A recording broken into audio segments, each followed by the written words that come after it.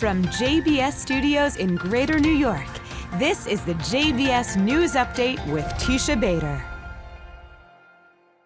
I'm Teisha Bader with the JBS News Update for Monday, July the 10th, 2023. A Palestinian woman tried to stab a security guard at a light rail station in Jerusalem yesterday. The incident took place at the Ammunition Hill station.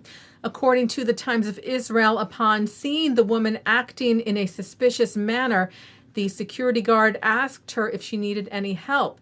She then proceeded to put her hand in her bag and pulled out a knife. The guard then fired 2 warning shots in the air and told her to drop the knife. He said, "She didn't drop it, so I fired once at her knee." She was taken to the hospital with light injuries. And today, the IDF said its forces neutralized an armed Palestinian terrorist who threw a grenade and shot at them near the village of Deir Nizam in Samaria, the West Bank, saying the IDF soldiers approached the man in his vehicle after he aroused their suspicion. The suspect got out of his vehicle, threw a grenade, and shot at the forces, who returned fire and neutralized him. The forces confiscated, the IDF said, a Carlo-type weapon used by the terrorist.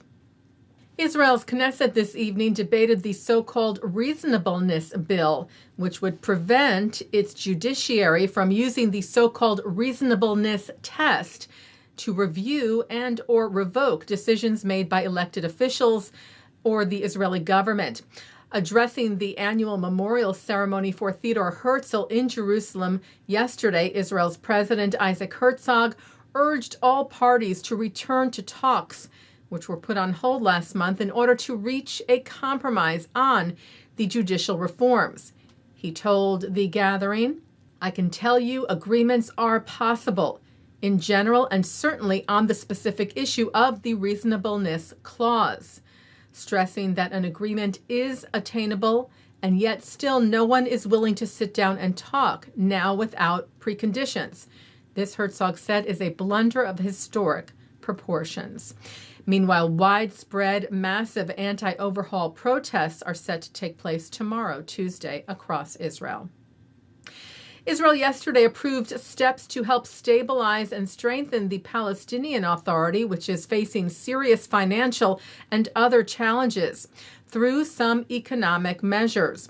Prime Minister Benjamin Netanyahu's office said that in the absence of a change in the national assessment, Israel will act to prevent the collapse of the Palestinian Authority while demanding that it cease its anti-Israel activity, calling there for the PA to stop such things as incitement to terror and the payment of stipends to terrorists and their families.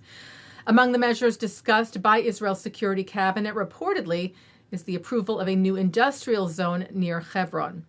A collapse of the PA would create a power vacuum in the West Bank and the potential opportunity for terror groups to take control there as they did in Gaza in 2007.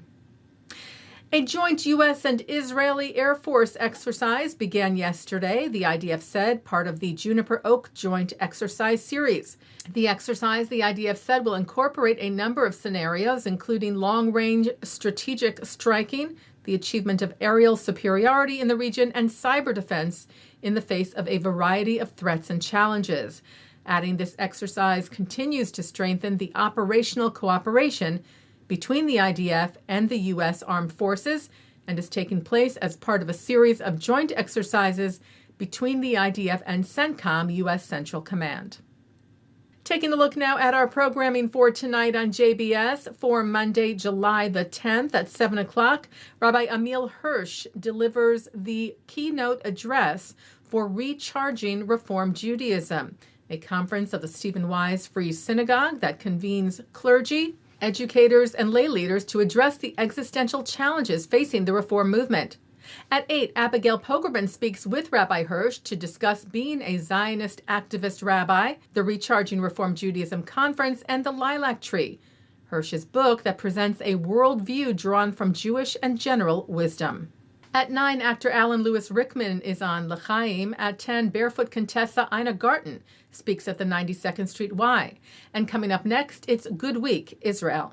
And that's the JBS News Update for Monday, July the 10th, 2023. I'm Teisha Bader. Stay healthy, stay well.